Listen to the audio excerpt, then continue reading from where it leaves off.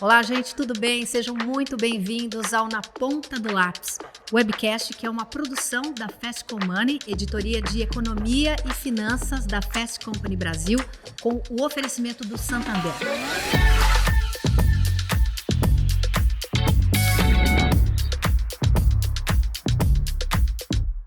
Nos nossos encontros, a gente conversa com nomes que são referência em suas áreas de atuação sobre temas ligados à economia.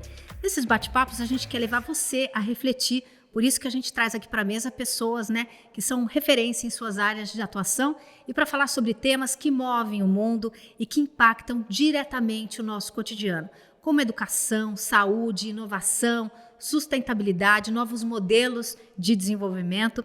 Hoje a nossa convidada é a Renata Rivetti, fundadora da Reconnect Happiness at Work, que atua para que humanidade e propósito estejam no centro dos negócios. A sustentabilidade humana, segundo a nossa entrevistada, é um grande motor para os resultados. E ela vai nos contar um pouco mais sobre esse conceito. A virada profissional começou na carreira da própria Renata. Ela foi executiva de marketing de grandes multinacionais e passou a olhar para o desenvolvimento humano depois de se capacitar em psicologia positiva e passar por instituições de ensino como Harvard, Berkeley. A especialista se tornou referência em felicidade corporativa e seu trabalho é desenvolver junto às empresas formas de mudar a relação das pessoas com o trabalho. Para Renata, o futuro do trabalho precisa passar por mudanças em que a saúde mental e a qualidade de vida sejam indissociáveis da performance. Seja muito bem-vinda ao nosso encontro, Renata. Um prazer recebê-la aqui. Eu que agradeço, Rita. Muito feliz de estar aqui com vocês hoje. Uma pergunta de $1 milhão. Por que a gente está tão cansado, Renata? A gente olha para o lado, as pessoas estão muito cansadas de compor ali vida pessoal com vida profissional. Por que é assim? Precisa ser assim? Não, certamente não precisa ser assim. A gente vive hoje uma produtividade tóxica e essa ideia de que a gente tem que estar 24 horas conectados, 24 horas produzindo, inclusive no nosso bem-estar. Hoje tem aí regras de performance, mitos que a gente deveria estar o tempo todo atuando e produzindo. Então está na hora da gente entender que a gente no final está exausto, não tem saúde mental, não tem um bem-estar e nem tem produtividade. A gente vive hoje o que se chama de uma pseudo-produtividade. Trabalhamos muito, estamos muito ocupadas, mas nem sempre trabalhando bem, nem sempre fazendo algo realmente significativo e relevante. Então, o que a gente precisa é desmistificar um pouco esse olhar de que o workaholic é aquele que é produtivo, de que a gente precisa de muita conexão o tempo todo. E entender que a pausa é super importante até para a nossa produtividade. Porque a gente vive numa cultura, até pouco tempo atrás, 5 anos atrás, que a gente ouvia assim: eu durmo super pouco. 5 horas por noite para mim é o suficiente. Eu estou sempre conectado, eu estou sempre online. E isso sempre foi visto como um valor, né? Olha esse profissional, como ele é motivado, como ele produz, né? A gente está começando a mexer nessas estruturas de entendimento, né? Acho que ainda tem um olhar, o workaholic ainda é premiado em muitas organizações, ainda é valorizado, ainda tem gente que acredita que a gente precisa trabalhar 80 horas por semana. Mas aí começa a vir um olhar da neurociência mostrando ninguém é produtivo 10 horas por dia, ninguém tem cognição e atenção 10 horas por dia. Então, acho que a neurociência começa a mostrar que esse caminho ele é um mito, ele é uma crença que a gente criou como sociedade. E acho que outro fator que impacta são as novas gerações. Outro dia eu dei aula numa universidade e a aluna falou: nossa, eu acho cafona ser workaholic. Então, é isso, é um pouco esse olhar de que eu não quero viver só para trabalhar. Começa então a se valorizar um outro olhar da pausa, do descanso e desse equilíbrio do trabalho na nossa vida. Agora, dependendo da empresa, do setor produtivo, muitas vezes, elas têm dificuldade de enxergar esse outro lado do trabalhador, né? Porque quando você vem com esse conceito de qualidade de vida, de trabalho híbrido, por exemplo, fala assim: não, mas aqui sempre funcionou desse jeito, né? Você acha que alguns setores têm um pouco mais de flexibilidade que outros para encarar essa mudança? Eu acho que depende muito da alta liderança e eu acho que é uma visão muito ultrapassada de gestão de negócios, de que a gente precisa estar 24 horas presentes, né? Então, estar lá todo mundo junto e produzindo sem parar. Então, acho que isso já é algo que a gente deveria estar revendo. E certamente tem ambientes que são, às vezes, mais conservadores, às vezes mais masculinos, que acabam não olhando tanto para esse olhar do bem-estar ou olhando até com esse viés e com um preconceito de que, não, é ou bem-estar ou performance. E isso é uma grande crença totalmente ultrapassada. Quero pegar esse gancho que você trouxe, lugares masculinos. Então, quando você tem lideranças mais femininas ou uma presença feminina mais atuante, tem também uma mudança de paradigma que pode acontecer? Tem um olhar, hoje tem vários dados, a McKinsey traz um olhar de que a mulher ela é mais empática. E como ela passa, nós passamos, né, por jornadas às vezes duplas, triplas e temos talvez mais responsabilidade também na vida pessoal, fica um lugar da mulher entender que talvez trabalhar 24 horas não seja o melhor caminho. Porque aí eu pergunto uma coisa óbvia, quem está exausto vai produzir? Se você não consegue conciliar, se você não tem tempo de qualidade também para as tuas relações pessoais, para a tua vida, para cuidar até da tua saúde física, não tem como você estar produtivo, né, engajado.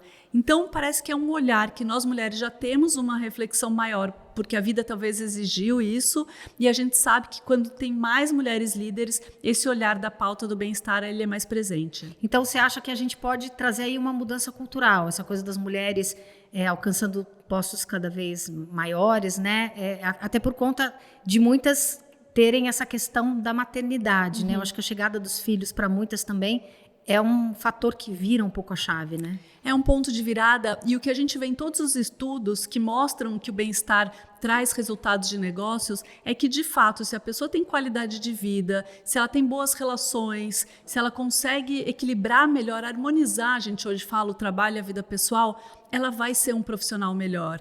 Então, quando a gente pensa mesmo que a mulher tem esse olhar, talvez a gente precise de mais mulheres líderes no mundo, com certeza.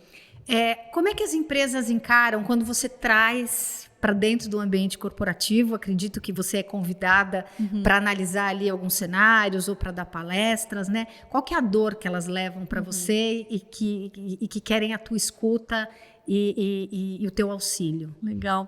Acho que hoje tem 3 grandes dores no mundo do trabalho e eu estou em quase todas as grandes multinacionais do país. A gente vê claramente uma sobrecarga. E quando a gente vê a sobrecarga, não é porque as pessoas estão produzindo muito ou super engajadas. Ao contrário, elas estão desmotivadas. Esse é um segundo aspecto, elas estão desmotivadas. Mas existe uma sobrecarga porque a gente tem muita reunião, a gente tem muita informação, a gente tem retrabalho, a gente ainda não usa a tecnologia no seu melhor potencial. Então, de fato, a gente vive essa pseudoprodutividade de trabalhar muito, ter um excesso de informação e de comunicação e nem sempre estar atuando, de fato, de forma significativa e realizando o que tem que realizar. A segunda dor é a desmotivação. A gente vê hoje 23% das pessoas engajadas no trabalho, 77% a gente chama entre o quiet quitting, que é fazendo o mínimo possível, ou até o que a gente chama do task masking, que é fingir produtividade. Então é uma vingança da geração Z para esse olhar da empresa ter que voltar 100% presencial e ter que estar todo dia no escritório das 9 às 6. E o terceiro conflito, a terceira dor, tem a ver com as relações. A gente ainda tem relações de comando e controle, de microgerenciamento, de abuso, de assédio. Parece óbvio, né? Mas a gente ainda tem um lugar, muitas vezes, um conflito nas relações. E isso impacta, né? Essas três dores, quando as empresas me procuram, normalmente elas sabem que a produtividade está baixa, o engajamento está baixo, o turnover está alto, as licenças médicas estão aumentando. E a gente tenta, então, olhar para essas dores e trazer um pouco de ideias para um plano de ação. Vamos entrar dor por dor, então. Eu queria ir nessa primeira do excesso, né? Tá. A gente tem muita tecnologia hoje de gerenciamento de projetos, de equipes, né? Você falou desse excesso de reuniões, né? A gente não está, então, usando muitas vezes a tecnologia ao nosso favor para uma produtividade real? Essa, com certeza, é a dor, né? A gente poderia estar trabalhando muito menos. O Bill Gates fala que a semana podia ser de 3 dias, se a gente usasse a inteligência artificial no seu máximo potencial. Mas a gente ainda tem medo, a gente ainda não está preparado, a gente ainda muitas vezes não está experimentando o que de fato a tecnologia pode trazer. E outro ponto é que a gente não foi preparado para esse mundo híbrido. Então a gente simplesmente pega o que a gente fazia no modelo presencial em 2019 e tenta replicar. E aí a gente tenta fazer reuniões o dia inteiro, a gente se comunica muito mal, né, através da tecnologia. Então, hoje a gente tem chats, Slack, Teams, tudo. As pessoas escrevem "Oi, tudo bem?" E daqui a 3 horas alguém responde, oi, tudo bem? Essa comunicação já não foi efetiva, a pessoa já perdeu tempo.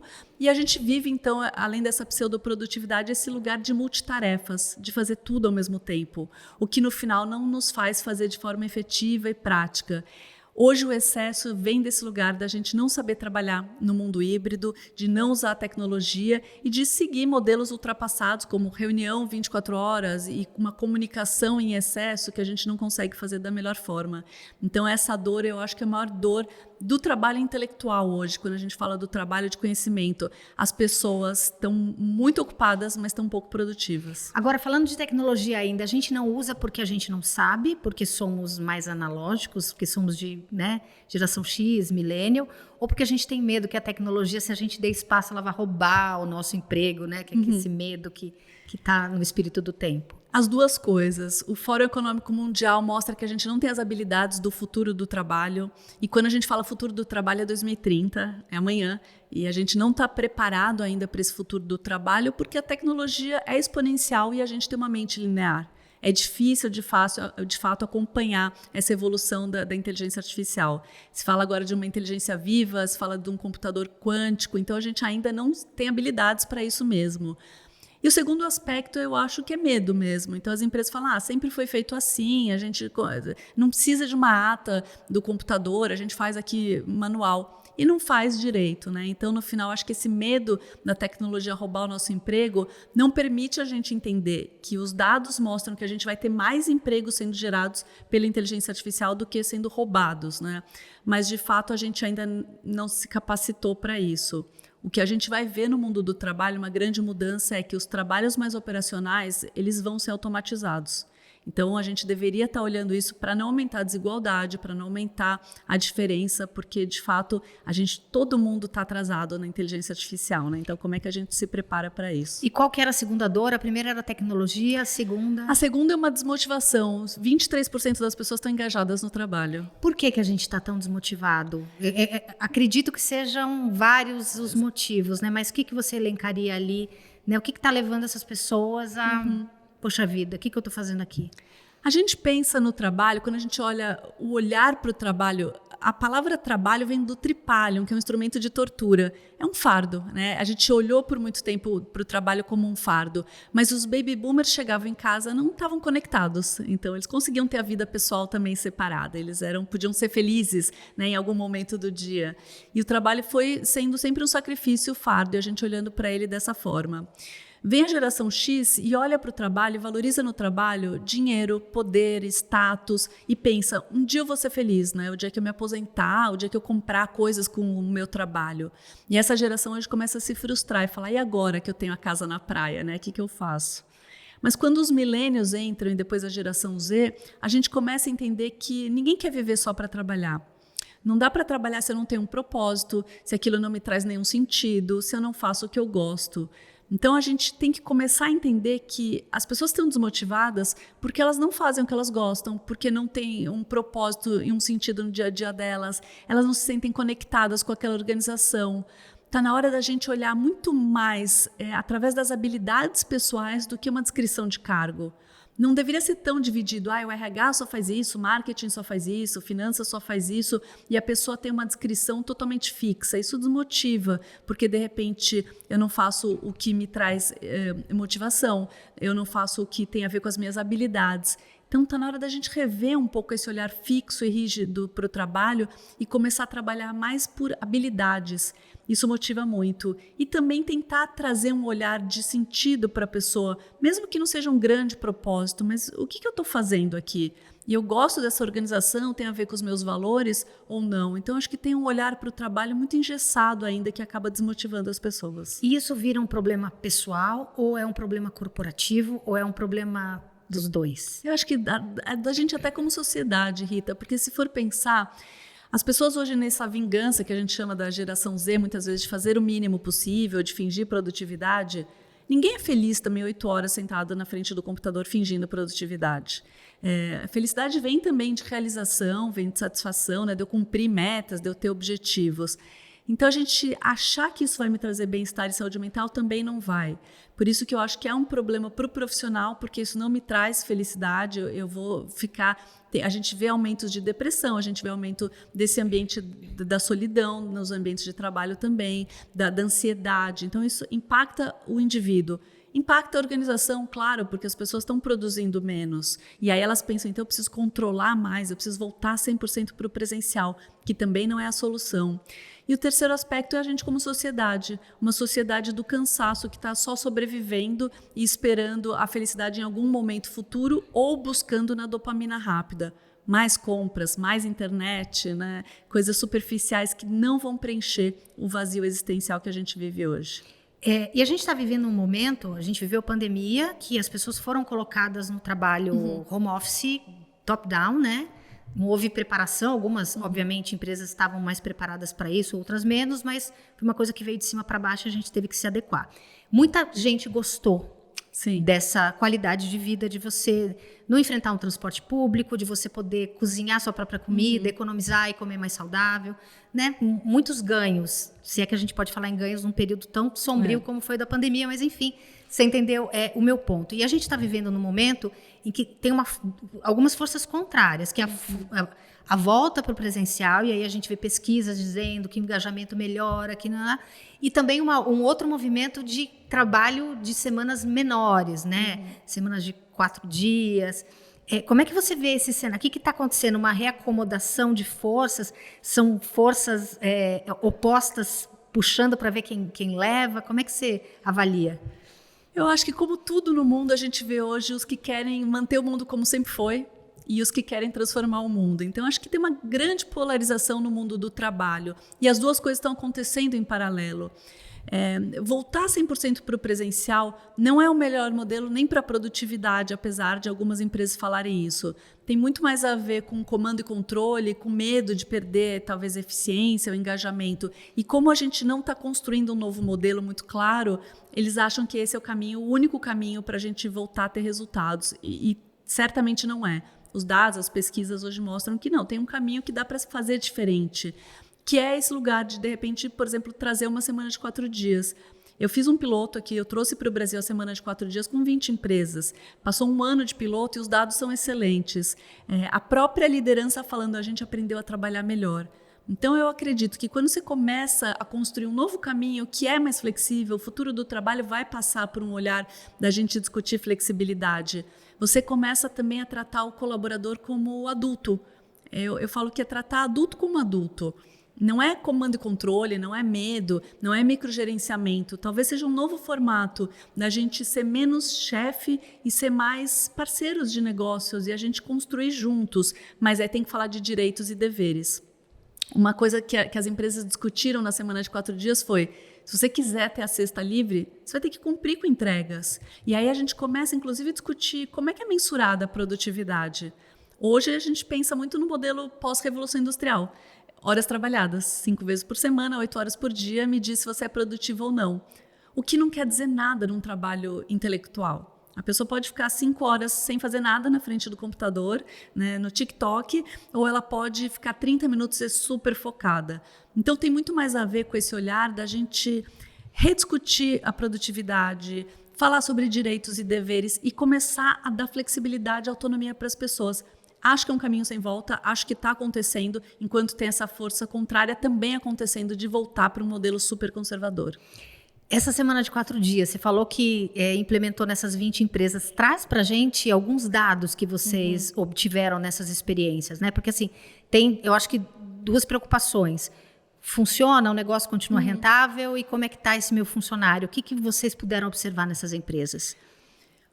A ideia do projeto, ele é um projeto de produtividade, não é só olhando o bem-estar e saúde mental do profissional. Então, o que é a ideia do projeto? Não é sobre o quintou, né, tirar a cesta. Ele é muito mais a gente readaptar e redesenhar o trabalho. Então, essas empresas tiveram que passar por meses de planejamento para entender como é que eu corto e reduzo as reuniões ineficientes, como é que eu melhoro a comunicação, como é que eu crio processos mais automatizados. Então, passa, de fato, por uma mudança. Por um planejamento prévio. Super planejamento que elas passaram 3 meses fazendo. Depois foi um ano de piloto que elas foram testando o que funciona e o que não funciona. O que a gente percebeu? Que o projeto, depois de um ano, ele foi ótimo para as pessoas. Elas começaram a falar cuidados mais com as relações pessoais, ter mais qualidade de vida, começaram a dormir melhor, começaram a ter hobbies, a fazer terapias, cuidar da saúde física, mental. Então, quando a gente olha redução de ansiedade, redução de sintomas de burnout, as pessoas começaram a faltar menos, elas começaram, de fato, ir para o trabalho mais engajadas, a gente vê que teve um grande ganho para o profissional, que se sente mais feliz no seu dia a dia. Mas teve um grande ganho para a organização também, que fala, a gente começou a trabalhar melhor, os processos são mais automatizados, a comunicação é melhor, a gente tem menos reuniões improdutivas. Então, eles começaram a entender que, no final, teve ganho em criatividade, inovação, em novos projetos e teve muito ganho em resultados. Começou a ficar mais claro o que a empresa de fato espera daquela pessoa e ela enxergar isso. Foi uma grande mudança que a gente fez, mas claro, mesmo com os resultados, a gente ainda vê que o mercado tem crenças e mitos e medos. O que a gente sempre fala é teste. E justamente o piloto foi para isso. As empresas hoje me buscam por uma consultoria, porque não é só mudar e tirar um dia. Tem muito mais a ver com esse olhar, um diagnóstico mesmo de onde está a improdutividade hoje. A gente, de uns tempos para cá, eu acho que depois da pandemia para cá, está falando mais claramente sobre saúde mental, né? Antes era um tema envergonhado, as pessoas tinham vergonha de falar que estavam passando por desafios como depressão, como ansiedade. E parece que com a pandemia, né, que foi uma coisa extrema, isso se pode falar disso de forma clara, né? Qual é o seu diagnóstico que você vê dessas questões de saúde mental no mundo do trabalho, nos moldes que a gente tem hoje? Realmente estamos sofrendo mais essas questões de saúde mental? Elas estão mais claras hoje, então, de fato, o tema saiu um pouco debaixo do tapete, tem sido falado, inclusive o governo começa a querer investigar mais isso, as empresas têm aqui uma responsabilidade agora psicossocial, vão começar a ter num futuro breve. O que a gente sabe ainda é um tema difícil, então se a pessoa tem uma saúde física, é mais fácil dela falar do que saúde mental, ela tem ainda medo, ainda tem alguns tabus, tem vergonha, tudo, mas ele está sendo falado. O problema que eu vejo, Rita, é que as empresas, mesmo tendo o diagnóstico, enxergando que existe aí casos de ansiedade, de depressão, de burnout, elas não sabem muito como tratar. Então, elas tratam muito os sintomas, então elas dão um monte de coisa, programas de bem-estar, mas não tratam a causa raiz, que normalmente tem muito mais a ver com o aspecto da sobrecarga e do ambiente tóxico. Então, não adianta eu sair de uma aula de meditação ou de uma ginástica e chegar num ambiente que continua me adoecendo. É preciso falar sobre isso. E aí a gente começa a entender que o líder ele tem um papel super importante nesse aspecto, porque não é um tema do RH. O líder ele tem que entender que hoje ele é muito mais do que um batedor de metas. Ele tem uma responsabilidade com a saúde mental do time. E ele influencia na saúde mental do time da mesma forma que o cônjuge da pessoa. Ele tem um poder em mãos e se ele não perceber isso, ele pode adoecer pessoas. Então, uma visão que a gente tem que ter mais abrangente sobre saúde mental, sobre bem-estar e sobre o papel da organização. A empresa não vai te fazer feliz, mas ela não pode ser mais um ofensor na tua saúde mental. Queria que você explicasse para a gente esse conceito de sustentabilidade humana. A gente ouve falar de sustentabilidade ambiental, mas quando a gente fala de humana, parece que dá um bug ali, né? Do que se trata? A gente fala muito sobre, realmente, a crise climática, a gente precisa olhar para a sustentabilidade. Mas e o ser humano que está adoecendo? A gente vai chegar aonde com isso? E quando a gente olha para as organizações, a gente vê claramente as licenças médicas aumentando, as pessoas vivendo essa sociedade do cansaço, uma crise do sentido na vida, uma crise da solidão. A gente vê hoje 19% dos jovens adultos se sentem completamente sozinhos no mundo. É uma crise muito grave. Então, esse lugar da solidão vai levar esse indivíduo aonde? Então, a gente fala da sustentabilidade humana para a gente olhar, para a gente como sociedade, para onde a gente está indo? O que adianta também salvar o clima, salvar a terra se a gente está adoecendo? O que adianta falar em longevidade, falar de saúde física se a gente está infeliz, se a gente está muitas vezes com os piores indicadores, né, sobre solidão, sobre sentido? Então, quando a gente traz a sustentabilidade humana, é esse olhar para o ser humano, um ser humano que não fala só sobre expectativa de vida, mas também sobre qualidade de vida, sobre também o sentido da vida, sobre também as relações que eu tenho na minha vida. Então, para construir a sociedade que a gente quer, A gente tem que olhar mais para a gente também num viés não só físico, que é muito o que a gente olha, né? Tem gadgets para saber se dormiu bem, se você comeu a proteína, a quantidade de proteína e qualquer outra coisa assim, se você tem músculo. Mas a gente não está falando sobre isso, que talvez seja a maior crise do nosso século, que é uma crise da solidão. Se a gente tem 19% dos jovens hoje se sentindo completamente sozinhos, sem um grupo de apoio, para onde vai, né, essa geração futura? E como é que ela vai conseguir ter bem-estar, saúde mental e ser feliz, se o maior preditivo, talvez, da felicidade venha das relações mais profundas? E que impacto que tem essa coisa de telas e redes sociais nesse contexto de solidão? Porque estamos cada vez mais conectados. Então, em tese, temos muitos amigos, muitos seguidores, encontramos pessoas do passado, da infância, da escola, da faculdade. Por que a gente está tão sozinho num mundo tão conectado? A gente deixou de investir com mais intenção e profundidade nas nossas relações. Então, a gente tem milhares de seguidores, a gente segue milhares de pessoas, mas falta esse lugar para quem que eu vou ligar às 3 da manhã se eu precisar? E 19% dos jovens sentem que não tem essa pessoa. Então, a gente começa a entender que, de fato, ele já é uma geração super conectada, mas é uma geração mais solitária de todas. Onde estão as nossas relações? E aí a gente começa a entender que relação é preciso intenção, é preciso disciplina, é preciso cuidado. Não é um WhatsApp igual para todo mundo no aniversário. Como é que eu estou cuidando? E aí surge esse conceito da saúde social para entender que não adianta falar de saúde física e saúde mental se eu não tenho a saúde social. Eu não vou ter esse tripé, é muito importante que os 3 estejam fortes, porque se eu não tenho relações na minha vida, de fato, esse grupo de apoio, não adianta eu falar em longevidade, né? Eu vou viver como? Provavelmente pior e provavelmente eu nem chegue onde eu quero chegar. Então, essa discussão hoje das telas, certamente isso afeta muito a nossa vida e a gente está substituindo e tentando substituir, preencher esse vazio existencial com uma dopamina rápida, achando que é um like a mais, é uma compra a mais que eu faço, e a gente está viciado, né? Mais de 50% hoje da população é viciada nas redes sociais, e ao mesmo tempo é isso, eu não tenho ninguém para ligar às 3 da manhã se eu precisar. E as redes sociais não oferecem interação, né? Porque é aquela coisa, a pessoa falou que você não gosta, você já deixa de seguir, você não tem ali a oportunidade de uma conversa, do contraditório, você já bloqueia, você já não fala mais, você já não manda mensagem, você já risca da tua vida, e as relações reais, elas, como você disse, demandam esforço, né? Demandam esforço. E vinda. Claro, e até um lugar da gente saber se relacionar que a gente está perdendo. Então, a gente também vê dados nos Estados Unidos, principalmente, de jovens meninos que estão substituindo a namorada pelo ChatGPT. Meu Deus. Então, assim, o ChatGPT é maravilhoso, pode te ajudar muito na vida, inclusive a trabalhar menos, a tirar dúvidas, a coisas que eu acho que traz uma interação que te ajuda, mas não pode ser uma substituição de uma relação humana. Porque ele não tem empatia, ele não está realmente te ouvindo, ele não está te falando as coisas que você de repente tem que ouvir, né? Não tem pertencimento, não tem conexão. Então, substitui a namorada, substitui a terapia. Esse lugar é muito perigoso e é por isso que fez tanto sucesso, né, a minissérie Adolescência, falando de um jovem muitas vezes que está sozinho também nesse mundo e com seus conflitos e dores, né? Então, um pouco é o que a gente vê hoje, uma geração hiperconectada, mas sem o menor grupo de apoio e buscando essa vida, preencher esse vazio e cada vez mais infeliz, né? Então, assim, hoje tem o Ministério da Solidão no Reino Unido, no Japão, que começou muito mais porque a população vai envelhecer. E quando vê quem está realmente solitário é essa geração Z e os próximos que virão.